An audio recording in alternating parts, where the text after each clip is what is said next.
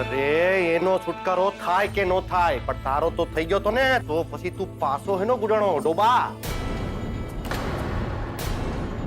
કારણ કે મને ખબર પડી કે મારા ગયા પછી તમે મારા સાહેબ અને કિંજલબેન બંનેને બહુ તકલીફ આપી હતી.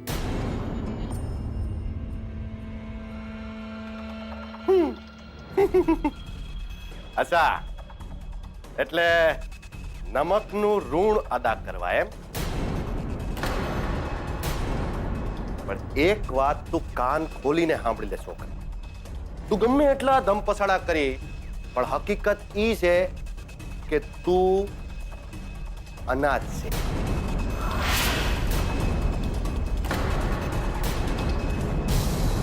એટલે કા તો તારે અનાથ આશ્રમમાં રહેવાનું હોય ને કા ચાઇલ્ડ હોમમાં. ये સરકારી. હા, મોહન ભટ્ટ તું રહી નહીં હકી. ના એટલે ના જ. એટલે હાલો, હાલતા થાવ. તમારા માટે સરકારી ગાડી તૈયાર છે, સરકારી માળા તૈયાર છે અને સરકારી રહેઠાણ પણ. હું તને અહીંયા નહીં રહેવા દઉં એટલે નહીં જ રહેવા દઉં. હાલ. એક મિનિટ ઇન્સ્પેક્ટર સાહેબ. ગુલાબને હું દત્તક લઉં તો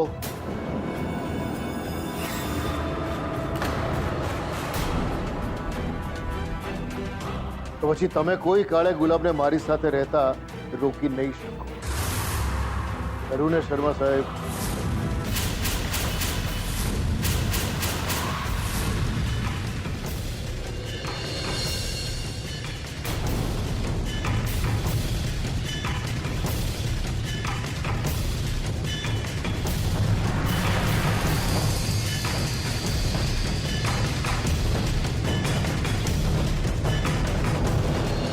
કેમ, મેં કોઈ ખોટી રજૂઆત કરી? રૂપેશ, ફાઇલ બતાવો. રસિકાજી, આ રહી ફાઇલ, જેમાં પપ્પાએ ગુલાબને દત્તક લેવાની ઓફિશિયલ અરજી કરી છે.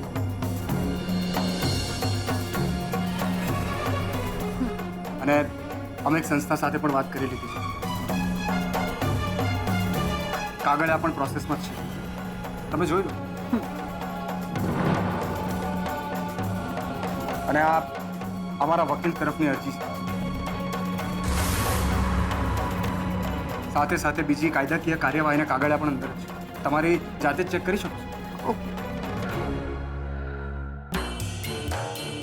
તો મને એમ લાગે છે કે આ કાગળિયા જોયા પછી તમને તમારા બધા જ વાંધા વચકાનો ધી એન્ડ આવી ગયો છે.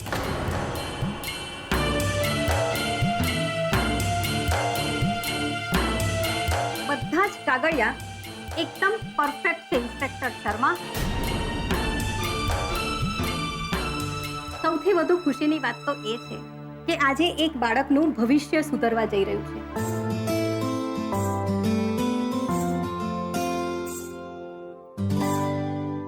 અને આજે એ વાત ઉપર મારો ફાઇલ કરેલો કેસ હું પાછો લઉં છું.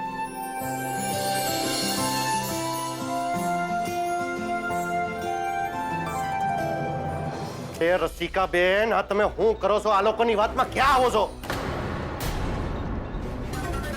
અરે આ લોકો જે કરી રહ્યા છે ને બધું નાટક છે, નાટક. આપણે જાવું ને એટલે હમણાં પાછળથી આ ગુલાબ પાએ બાળ મજૂરી કરાવવા માંડશે એ લોકો. તમે સમજતા નથી. હું તમને આ કેસ પાછો નહીં લેવા દઉં, કહી દઉં હું તમને. ઇન્સ્પેક્ટર શર્મા, એટલે હવે તમે મને શીખવશો કે મારે શું કરવું જોઈએ અને શું નહીં. 10 વર્ષ થયા મને આ ફિલ્ડમાં. એટલી ઓળખ તો છે કે કોણ ખરાબ છે અને કોણ સારું છે. જુઓ, મને આ વાતની રજૂઆત એવી રીતે કરવામાં આવી હતી કે મને એવું થયું કે ખરેખર ગુલાબનું શોષણ કરી રહ્યા છો તમે લોકો. પણ હવે મને સમજાય છે મારી ભૂલ, કે બધા દુનિયામાં સરખા નથી હોતા. અને હા ગુલાબ, તારે જો અહીંયા રહેવું હોય ને તો તું ખુશીથી રહી શકે છે.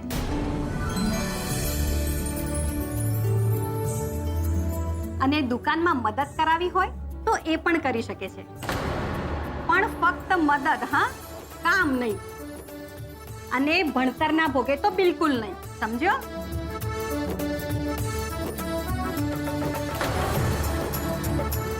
કાન પકડ્યા બેન. આજ પછી એવું કોઈ કામ નહીં કરું જેથી મારા સાહેબને તકલીફ પડે.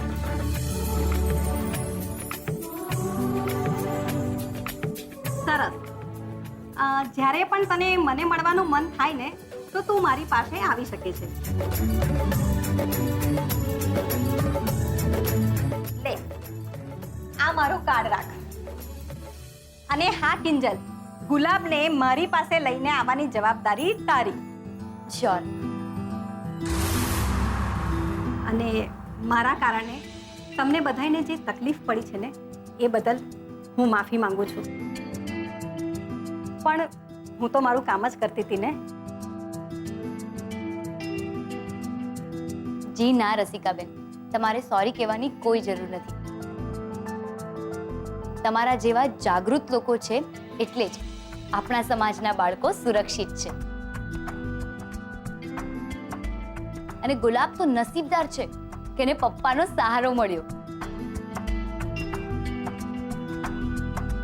પણ બધા ગુલાબ જેવા નસીબદાર હોય એવું જરૂરી તો નથી ને. અને ત્યારે તમારા જેવા લોકોનો સહારો જેને બચાવી શકે છે. થેન્ક યુ વેરી મચ મારી ચિંતાને સમજવા બદલ. અને હા, તમને લોકોને એક વિનંતી છે. ભવિષ્યમાં તમને કોઈ બાળક મજૂરી કરતું, ભીખ માંગતું દેખાય કે તમને લોકોને એવું લાગે કે કોઈ પરાણે ખોટું કામ કરાવી રહ્યું છે કોઈ બાળક પાસે, તો મારું કાર્ડ અને નંબર ગુલાબ પાસે તો છે જ. 100%. એમાં અમે ક્યારેય પાછા નહીં પડીએ. ઇન્સ્પેક્ટર શર્મા, હાજી. ચાલો આપણે જઈશું. હા, પણ જો મારું તમને હંધાઈને એક સજેશન છે. આ કેસ પાછો નો લ્યો. હાલો, આવ કેટલી વાર, હાલો ને. વાતો બહુ કરો તમે. અરે ઓ શર્મા સાહેબ, જતા જતા પ્રજાપતિ તરફથી એક લાઈન સંભળાવો. હા, ઇરશાદ ઇરશાદ. આશય સારો ખરાબ કોનો ક્યારે ઈશ્વર બધું જ જાણે છે. આશય સારો ખરાબ કોનો ક્યારે ઈશ્વર બધું જ જાણે છે.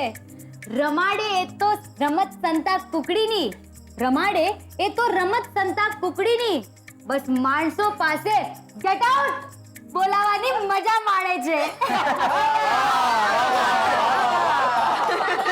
કિંજલ કિંજલ, હજી એક થઈ જાય, હજી એક. અરે ના હ, જરાય નહીં.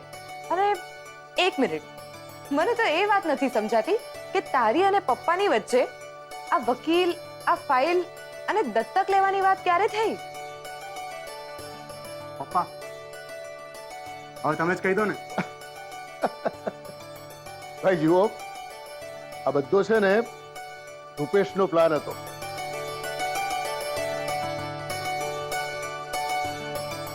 એ બેંગ્લોર ગયો ને ત્યાંથી દર 15 મિનિટે ફોન કરીને પૂછા કરતો અને અહીંયાની જે સ્થિતિ હતી એ પ્રમાણે તૈયારી કરતો. અરે ભાઈ, આ બધી મહેનત રંગ લાવી અને આ કાગળિયા આપણને પાછા મળી ગયા. તો મારે તમને થેન્ક યુ કહેવું પડશે રૂપેશભાઈ. એ ના ના, સાળા ભાઈ માટે તો કંઈ પણ કરવું પડે. અને સાળો જો તારા જેવો હોય તો કરવું જ પડે ને. ને જો રાહુલ જેવો હોય